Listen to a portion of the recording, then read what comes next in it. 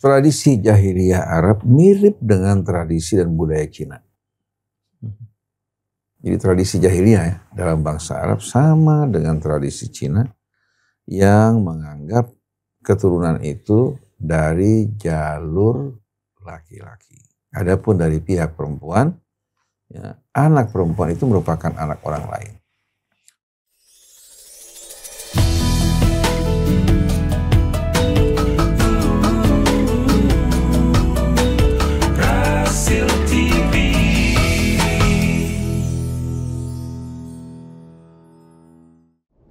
Bismillahirrahmanirrahim. Alhamdulillahirrabbilalamin. Allahumma salli ala Muhammadin wa ali Muhammad. Assalamualaikum warahmatullahi wabarakatuh. Waalaikumsalam warahmatullahi wabarakatuh. Ikhwan, akhwat, para pemirsa yang dirahmati Allah. Hari ini saya bersama Ustadz Hamzah, Baba, dan Akhi Ali. Insya Allah kita akan berdiskusi di bawah naungan Al-Quran. Sebelum kita mulai berdiskusi, mari kita mulai dengan membaca Ummul Quran bersama-sama.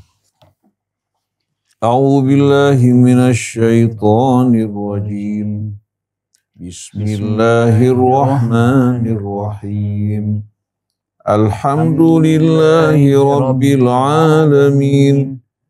Ar-Rahmanir Rahim. Maliki yaumiddin. Iyyaka na'budu wa iyyaka nasta'in.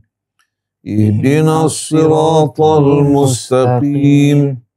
Siratal ladzina an'amta 'alaihim ghairil maghdubi 'alaihim waladdallin. Amin amin ya rabbal alamin.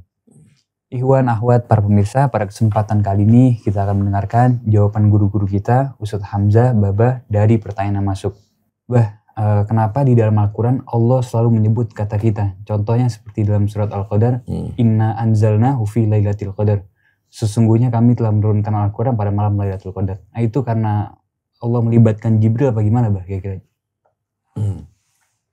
Bismillahirrahmanirrahim. Alhamdulillahi rabbil alamin. Allahumma salli ala Muhammadin wa ali Muhammad. Assalamualaikum ya Rasulullah. Assalamualaikum wa ala ibadillahis salihin. Assalamualaikum warahmatullahi wabarakatuh. Allah subhanahu wa ta'ala dalam khitabnya baik kepada Rasulnya, kepada hamba-hambanya, terkadang mempergunakan dhamir al-jamaah al-mutakallimin. Itu sering kali dalam Al-Quran. Contohnya, nahnu naqussu alaika ahsanal qasasi bima auhayna ilaika hadzal Qur'an. Begitu juga inna anzalnahu fi lailatul qadr. Begitu juga firman Allah, sanuqri'uka fala tansa illa masya Allah. Tapi kalau menegaskan keesaannya, Allah tidak menggunakan dhamir al-jama' al-mutakallimin. Tapi langsung menegaskan innani anallah. Innani anallah. Enggak bilang innana, tapi innani anallah. Nah, dalam khitab ini sebetulnya mengandung makna yang amat menarik.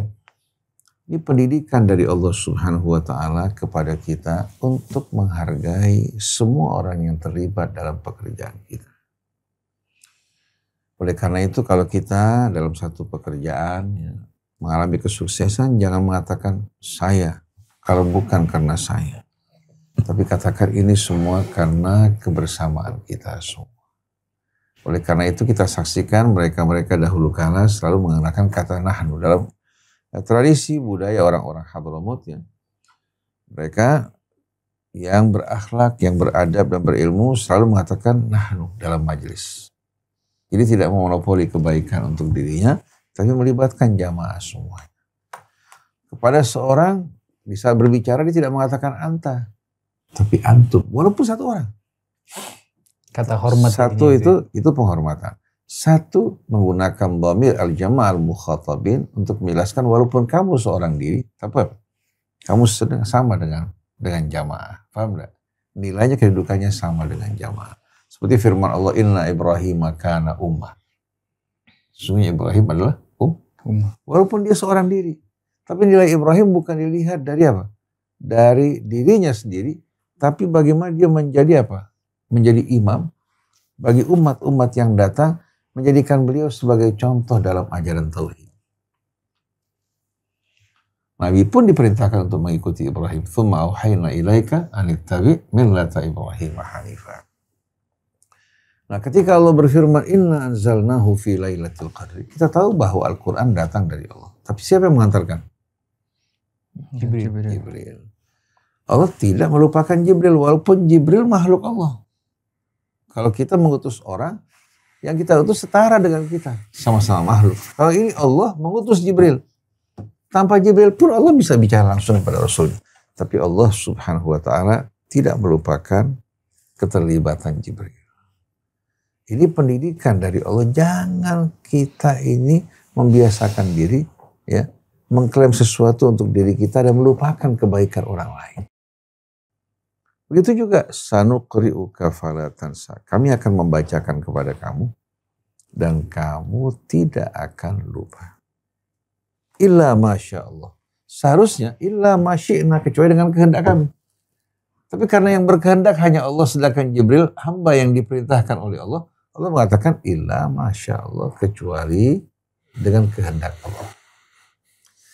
Jadi uslub semacam ini artinya mengajak kita, menganjurkan kita untuk hidup dalam suasana berjamaah, menghargai orang-orang yang bekerja bersama kita, itu amat penting. Anda pernah menghadiri satu majelis. Majelis ini majelis ya dalam satu yang sudah berlembaga. Selesai acara, pimpinan majelis menyebutkan ini semua orang-orang yang terlibat dalam perjuangan kita, sampai yang menyediakan teh. Dipanggil, disebutkan ini orang yang selalu menemani kita, menyediakan kebutuhan untuk perjuangan kita. Ini merupakan hal yang amat indah. Jadi dhamir al-jamaah al-mutakallimin di sini merupakan pendidikan dari Allah untuk kita semuanya. Agar kita betul-betul hidup sebagaimana kita merupakan satu keluarga, satu umat dalam suasana berjamaah yang saling menghargai satu dengan lain. Wallahu a'lam. Jadi ini bagian takhalluqu min khalqil amin. Akhlakillah, Allah memberikan contoh kepada kita. Padahal dia pencipta kita. Mengenai keturunan, apakah Islam mewajibkan keturunan itu kan? Rasul sendiri yang diejek sama kafir Quraisy, tidak memiliki keturunan karena hanya memiliki anak perempuan. Diberikan keturunan ideologis, bukan keturunan biologis. Sebagaimana katanya karena orang Arab itu mengambil keturunan nasabnya dari laki-laki, kayak beberapa bangsa juga Cina dan lain-lain kan dari laki-laki. Nah, apakah Islam hanya memandang keturunan itu dari anak laki-laki, jadi dari keturunan laki-laki, dan sedangkan perempuan tidak dihitung gitu. Nah, itu bagaimana penjelasan? Bismillahirrahmanirrahim. Tradisi jahiliyah Arab mirip dengan tradisi dan budaya Cina. Jadi tradisi jahiliyah dalam bangsa Arab sama dengan tradisi Cina yang menganggap keturunan itu dari jalur laki-laki. Adapun dari pihak perempuan, anak perempuan itu merupakan anak orang lain. Oleh karena itu dalam satu bait syair jahili yang tidak dikenal siapa yang membaca bait ini atau yang membuatnya, tapi dijadikan sebagai landasan dalam hukum oleh kita kaum muslimin. Karena masih ada sisa-sisa jahiliyah kaum muslimin. Banuna banu abna'ina wa banatuna banuhunna abna'ur rijalil abaid. Dalam bait ini dikatakan bahwa anak kita itu adalah anak-anak dari anak laki-laki kita. Sedangkan putri-putri kita, anak mereka merupakan anak orang lain. Ini merupakan bait yang tidak terkenal siapa pengarangnya, tapi jadi landasan hukum. Dan ini mewakili budaya dan tradisi jahiliyah. Begitu juga di Cina. Kalau seorang melahirkan anak perempuan belum melahirkan anak laki-laki, dianggap dia merupakan orang yang durhaka terhadap leluhurnya. Oleh karena itu ketika Nabi kita Muhammad SAW memiliki beberapa anak laki-laki, diantaranya Ibrahim, Qasim, Satu persatu dipanggil oleh Allah Subhanahu wa Ta'ala. Yang tertinggal hanya putri-putri Nabi kita. Kesempatan buat kaum musyrikin untuk mencerca Nabi kita dengan cercaan yang biasa mereka gunakan terhadap orang yang tidak memiliki keturunan. Inna Muhammad abtar. Muhammad putus keturunan. Kata abtar itu kalau binatang yang putus ekornya namanya abtar. Karena Nabi Muhammad tidak punya apa? Anak laki-laki. Nah, Allah Subhanahu wa Ta'ala di sini ingin memuliakan kaum wanita. Bisa saja Allah panjangkan usia putra-putra Nabi dari mereka lahir anak keturunannya, tapi Allah Subhanahu wa Ta'ala berkehendak lain. Allah wafatkan anak laki-lakinya, disisakan anak perempuannya, kemudian Nabi justru mendapatkan keturunan dari putrinya Sayyidah Fatimah. Bahkan dia mengatakan bahwa Al-Hasan, Al-Husain itu bid'atun minni. Bahagian dari saya. Padahal dari pihak apa? Dari pihak ibu. Ini bukan pembenaran pribadi Nabi kita karena tidak punya keturunan dari laki-laki, tapi Allah. Allah Subhanahu wa Ta'ala berfirman, "Inna a'tainakal kautsar. Fasholli li rabbika wanhar. Inna syani'aka huwal abtar." Ayat ini menjawab ucapan kaum musyrikin di antaranya Abu Jahal dan lain sebagainya. Ketika mereka mengatakan Muhammad abtar sallallahu alaihi wasallam, dijawab oleh Allah. Sesungguhnya kami telah menganugerahkan engkau Al-Kautsar. Orang menafsirkan sebagiannya sebagai telaga. Sebagai telaga. Padahal sebetulnya untuk menunjuk ke arah telaga secara khusus tidak tepat. Tapi kalau telaga di mana Rasulullah nanti akan berkumpul dengan siapa? Dengan umat yang setia. Mereka minum dari sana tidak akan merasakan haus. Itu bahagian dari kata Al-Kautsar. Karena kata Kautsar itu diambil dari kata Al-Kathrah.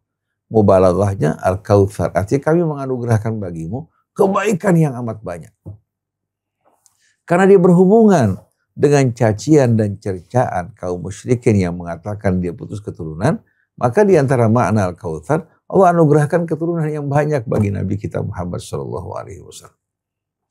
Maka sebagai syukur kamu, fasholli li rabbika, salatlah sebagai ungkapan syukur kamu, wanhar, dan sembelihlah. An-nahar itu menyembelih binatang ya seperti onta, itu menggunakan nahar bukan menyembelih dalam arti penyembelihan seperti kambing ya. Karena ada punuk di sini, dengan cara mudah kita menyembelih seekor onta dengan melukai ya bagian punuknya. Tanpa harus dibaringkan seperti kita menyembelih seekor sapi dengan susah payah. Jadi ini merupakan perintah dari Allah kepada nabinya untuk sholat, kemudian menyembelih sebagai ungkapan syukurnya. Adapun wanhar diartikan meletakkan tangan di dada ini betul-betul jauh daripada makna tersebut yang tidak berhubungan sama sekali. Fasholli rabbika wanhar. Lalu berikutnya inna syani'aka huwal abtar. Sesungguhnya yang mencaci kamu sebagai orang yang putus keturunan, malah dia yang putus keturunan. Kenapa? Setiap orang kafir, anaknya tidak terhubung dengan dia. Abu Jahal kafir, anaknya beriman, Ikrimah, putus dengan ayahnya. Tidak termasuk dalam silsilah. Ini dalam Al-Quran. Jadi kalau orang mengatakan bahwa Nabi putus keturunan, berarti dia mengulangi ucapan Abu Jahal dan rombongannya. Karena jawaban Allah, inna a'tainakal kautsar. Dan kalau kita perhatikan ulama-ulama ya yang bijak ketika menafsirkan ayat ini menghubungkan antara peristiwa ucapan Abu Jahal dengan siapa? Dengan wafatnya anak-anak Nabi kita, dijawab oleh Allah, justru Allah memberikan menganugerahkan keturunan yang baik. Oleh karena itu kata Ahlul Bait itu mencakup istri, mencakup juga anak-anak keturunannya. Al-Hasan wal Husain min ahli baiti Rasulullah. Begitu juga anak keturunan Al-Hasan wal Husain juga merupakan ahlu bait Rasulullah sallallahu alaihi wasallam. Kemudian kita harus pahami, ini bukan pertama kali. Sebelumnya juga Allah sebutkan bahwa Isa itu min dzurriyyah siapa? Min dzurriyyat Ibrahim. Padahal dari jalur ibu. Betul nggak? Dari jalur ibu. Artinya Isa tidak memiliki ayah, tapi dia keturunan Ibrahim dari jalur ibunya Maryam. Begitu juga ya, kita perhatikan Allah berfirman dalam Al-Quran, wa ulul arhami ba'duhum awla bi ba'din fi kitabillah. Allah tidak mengatakan wa ulul aslab. Kalau sulbi kan laki-laki, tapi wa ulul arham. Mereka satu sama lain lebih berhak daripada orang jauh. Oleh karena itu, ada warisan yang Allah sediakan bagi saudara-saudari seibu. Bukan saya. Saudara-saudari seibu. Dan uniknya, kita kembalikan kepada fikih yang diterapkan oleh madzhab yang 4. Kalau ada seorang meninggal dunia, meninggalkan saudara sekandung, saudara seayah, saudara seibu. Mereka menetapkan dalam faraid bahwa saudara sekandung mendapatkan warisan. Saudara seibu juga disebutkan dalam suratul Nisa. Wa in kana rajulun yurathu kalalatan aw imra'atun wa lahu akhun aw ukhtun falikulli wahidin minhum as-sudus. Kalau seorang meninggal dunia tidak punya anak keturunan, tapi meninggalkan saudara-saudari seibu, ya, maka apa? Tiap orang mendapatkan 1/6. Bagaimana saudara seayah? Saudara seayah mahjub, terhalang oleh saudara sekandung. Kita bertanya, kenapa saudara seibu kok nggak mahjub? Padahal saudara seayah kan dari jalur bapak. Kalau memang keturunan itu hanya dari bapak, kenapa dia mahjub? Yang dapat saudara sekandung, saudara seibu, saudara seayah nggak dapat. Ini dalam madzhab arba'ah. Kalau kita punya pandangan berbeda, saudara seayah bergabung sama saudara sekandung. Saudara seibu dapat. Tapi anehnya, dalam warisan banyak terapan-terapan justru menyingkirkan dari pihak ibu karena hadis a'tul fara'idhu ahlaha fama baqiya fali aula rajulin dzakar. Berikan faraid sesuai dengan saham yang Allah tetapkan. Kalau ada kelebihan, berikan untuk apa? Keluarga laki-laki yang terdekat. Perempuan, dari jalur perempuan, cucu tidak akan dapat. Tapi berikan dari apa? Aula rajulin dzakar, laki-laki yang terdekat. Hadis ini menurut pandangan Ibnu Hajar al-Asqalani, rawinya mengingkari, saya nggak pernah bicara seperti ini. Ibnu Abbas juga ya, yang menerima langsung hadis ini katanya, sahabatnya, dia berfatwa beda dengan apa yang diriwayatkan. Jadi hadis ini dipalsukan, ya. Walaupun terdapat dalam buku sahih, dipalsukan akhirnya melahirkan perubahan dalam sistem warisan. Padahal kita tahu bahwa Sayyidah Fatimah putri Rasulullah melahirkan anak-anak keturunan Rasulullah SAW. Sebagai orang mengatakan itu khusus untuk Rasulullah. Setiap taksis harus ada mukhassis. Mana mukhasisnya yang mengkhususkan? Itu khusus untuk Isa ibnu Maryam. Mana taksisnya? Kita terbawa dari tradisi jahiliyah Arab maupun tradisi jahiliyah Cina. Menganggap keturunan hanya dari laki-laki, padahal dari perempuan juga. Cucu dari anak perempuan kita, cucu kita. Begitu juga dari anak laki-laki. Tapi ini masih ada sisa-sisa jahiliyah dalam kehidupan kita sampai terbawa dalam hukum yang ditetapkan. Ini pelajaran buat kita. Jadi kesimpulannya, orang yang mengatakan bahwa keluarga keturunan Nabi terputuskan dari jalur perempuan, padahal dalam tradisi bangsa Arab, ya, keturunan dari laki-laki itu betul. Tradisi jahiliyah bangsa Arab, bukan Islam. Kalau Islam, menghargai wanita sebagaimana menghargai laki-laki, walaupun suaminya orang lain, dia dari kita, dan apa yang dikandung juga merupakan cucu kita. Jadi jangan kita membeda-bedakan antara pria dan wanita dengan cara-cara yang tidak islami sama sekali. Bismillahirrahmanirrahim. Alhamdulillahirrahmanirrahim. Allahumma sholli wa sallim ala Muhammadin wa ala Muhammad. Berkali-kali Allah Subhanahu wa taala menjelaskan dalam Al-Quran bagaimana kedudukan pria dan wanita di mata Allah Subhanahu wa taala sama. Masing-masing Allah ciptakan itu berpasang-pasangan, saling membutuhkan satu sama lain.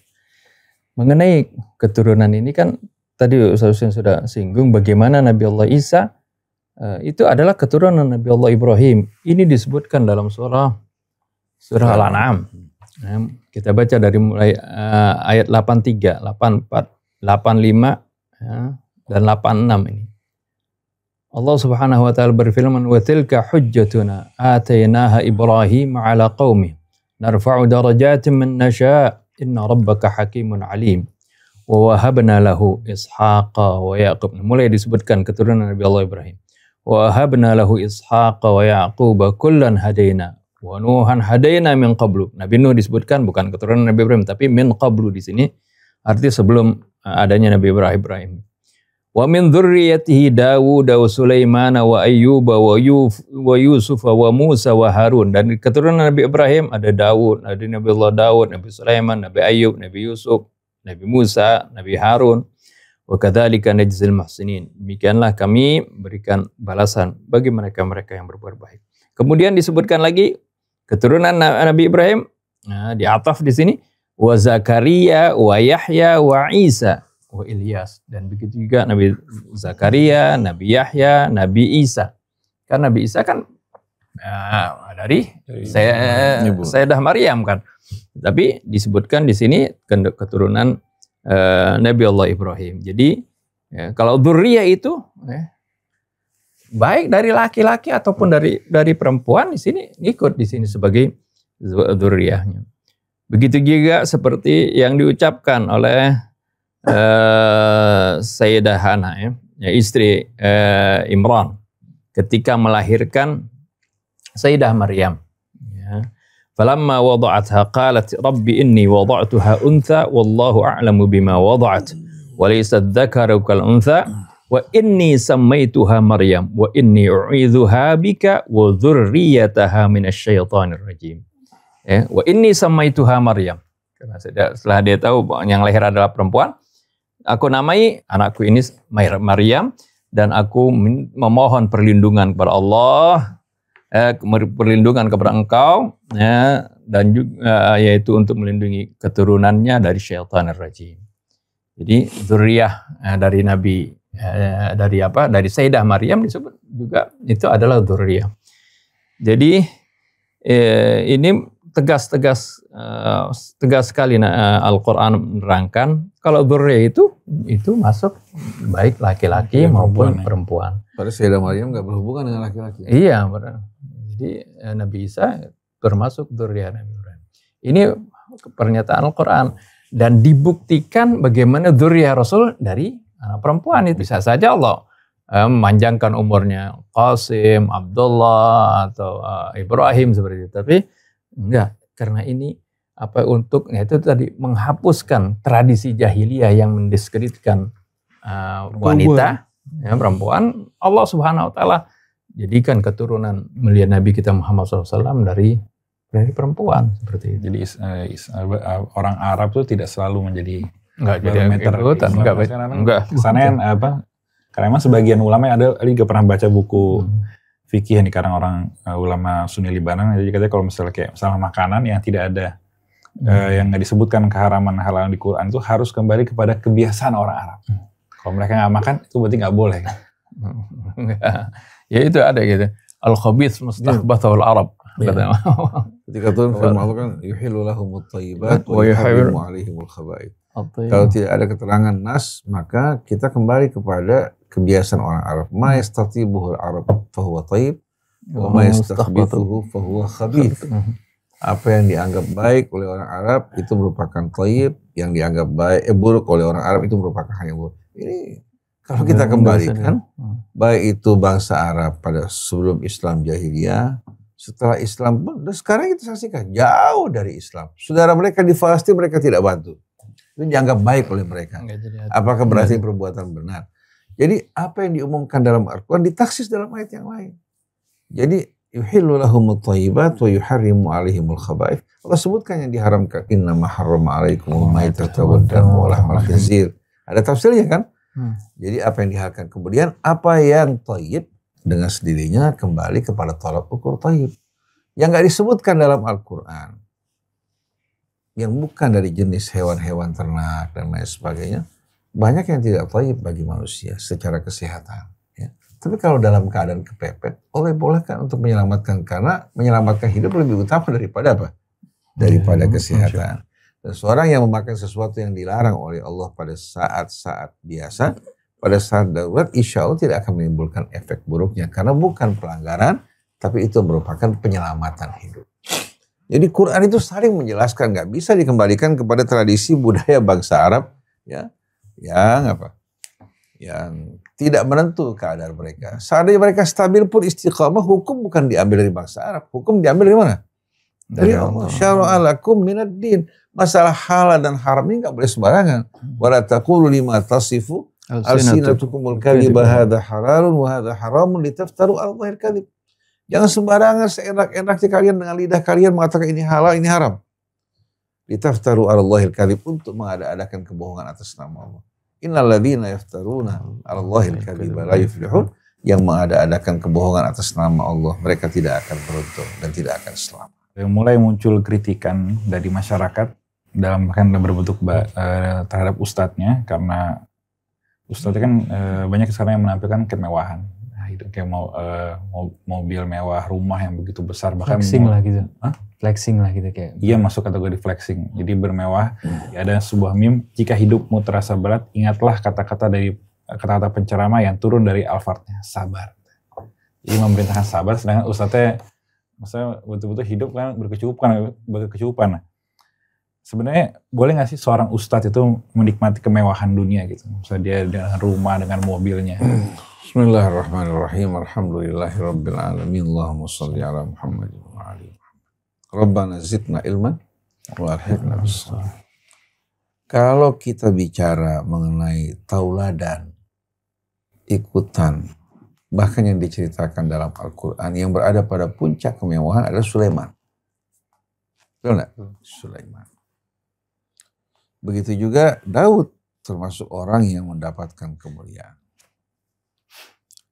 Kalau seandainya ulamanya seperti Sulaiman, seperti Daud, itu merupakan hal yang positif. Nabi Sulaiman itu selalu hatinya terhubung dengan Allah. Sampai ketika satu hari, dia menyaksikan pameran kuda-kuda yang begitu menarik dan menawan. Dia terpana, lupa menyebutkan nama Allah. Dia menyesal. Dia perintahkan semua untuk kembali. Setelah itu dia mengusap bahagian punggungnya dan kakinya sambil bertasbih menyebut nama Allah. Kemudian Nabi Sulaiman walaupun di tengah kemewahan, tapi apa? Dia tidak hidup untuk bermewah-mewahan. Malah dalam riwayat, kalau ayahnya makan dari hasil membuat baju besi yang lunak di tangannya, Sulaiman katanya makan dari tikar yang dianyam dengan tangannya. Tapi apa? Dia menyediakan jamuan untuk rakyatnya. Sampai kidir. Kidir itu tempat memasak. Wa qudur rasiyat. Itu karena besarnya, dalam keadaan rahasia tertancap, gak dipindah-pindahkan. Wajifan kajab, dan hidangannya juga luar biasa bagaikan telaga. Jadi orang-orang yang tidak mampu, orang yang mau makan, silahkan makan dari tempat tersebut. Jin semua ditundukkan di jalan Allah. Yang melanggar dikenakan hukuman. Bahkan binatang pun mendapatkan perlakuan yang baik seperti hudhud. Begitu juga semut. Kalau ulamanya, kaya raya bukan flexing. Nabi Sulaiman gak flexing. Ketika datang Balqis, menyaksikan kebesaran yang Allah berikan pada Sulaiman dan ketawaduan Sulaiman, dia langsung merendah. Rabbi inni dhalamtu nafsi wa aslamtu ma'a Sulaiman lillahi rabbil alamin. Ini kalau ulamanya, katakan dia berusaha, dia kaya raya dari usaha yang halal, bukan dengan menyusahkan rakyat. Dari usahanya dia hidupkan rakyatnya, dia sejahterakan orang-orang di sekelilingnya, sedangkan dia hidup dengan penuh syukur, ketawaduan, seperti Sulaiman alaihi salatu wassalam. Gak ada keberatan. Dan kita yakin rakyat juga tidak akan keberatan. Karena kekayaan pemimpin mereka digunakan untuk apa? Untuk kesejahteraan umatnya.